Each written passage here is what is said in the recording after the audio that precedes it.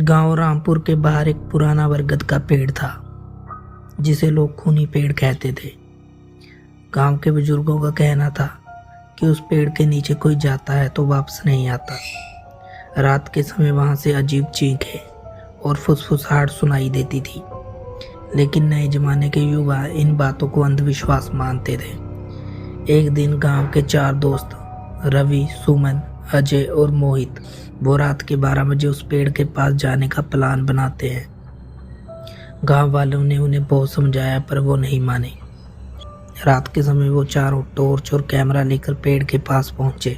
वहां अजीब सी ठंडी हवा बह रही थी और वातावरण में एक अजीब सा सन्नाटा था।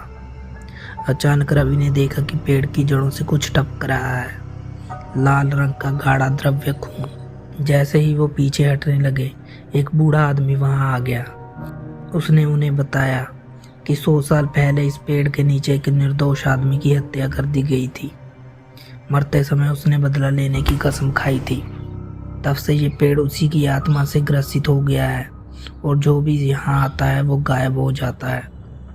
सुमित हंस पड़ा।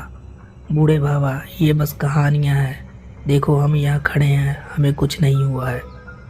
इतना कहकर उसने पेड़ को छू लिया। तभी अचानक हवा जोर से चलने लगी। अंधेरा घना हो गया और पेड़ की टहनियां किसी अजीब तरीके से हिलने लगी। अचानक एक डरावनी चीख आई और सुमित की आंखों में अजीब सा डर उभर आया। मुझे कोई खींच रहा है, वो चीख पड़ा। बाकी दोस्तों से बचाने के लिए दौड़े, लेकिन पेड़ की जड़ों ने उसे जकड़ लिया और देखते ही देखते वो मिट्टी के अंदर समा गया। रवि, अजय और मोहित जान बचाकर गांव की तरफ दौड़े। जब वो गांव पहुंचे और लोगों से बात की तो बुजुर्गों ने कहा, हमने पहले ही मना किया था, अब सुमित को कोई नहीं बचा सकता। अगले दिन वो पेड़ के पास गए, लेकिन सुमित का कोई नामो निशान नहीं था। सिर्फ पेड़ की जड़ें और ताज़ा खून के धब्बे थे। उसके बाद कोई भी उस पेड़ के पास जाने की हिम्मत नहीं करता। गांव में जब भी कोई इस पेड़ को छूता है वो रहस्यमय तरीके से गायब हो जाता है। खूनी पेड़ आज भी वहां खड़ा है, अपने अगले शिकार की तलाश में। सुमित के गायब होने के बाद पूरे गांव में दहशत फैल गई। किसी को समझ नहीं आ रहा था कि आखिर वह कैसे अचानक मिट्टी में समा गया। रवि, अजय और मोहित अब हर वक्त डरे डरे रहते, लेकिन उन्हें यकीन था कि सुमित मरा नहीं है, बल्कि इसी खूनी पेड़ के अंदर फंसा हुआ है। सुमित के गायब होने के कुछ दिन बाद हर रात गांव में अजीब अजीब आवाजें आने लगी।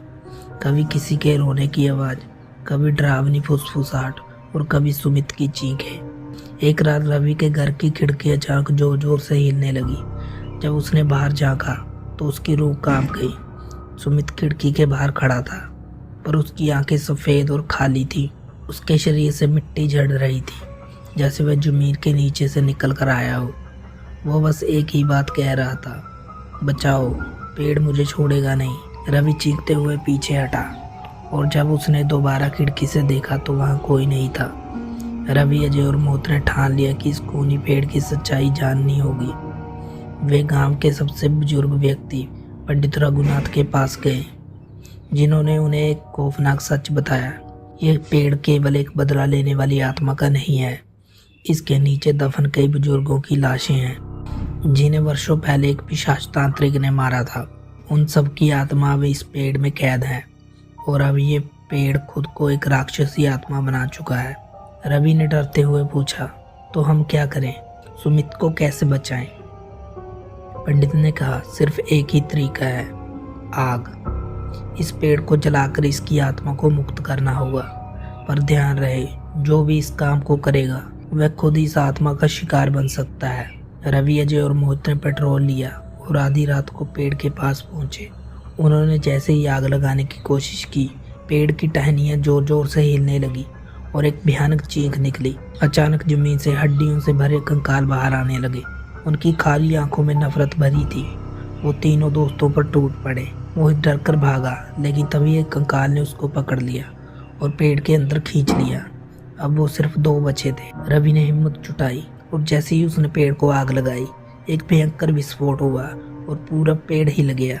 उसके अंदर से कई आत्मा चीखती हुई बाहर निकली। अचानक सुमित और मोहन की परछाई भी दिखी और देखते ही देखते वो आग के साथ गायब हो गए।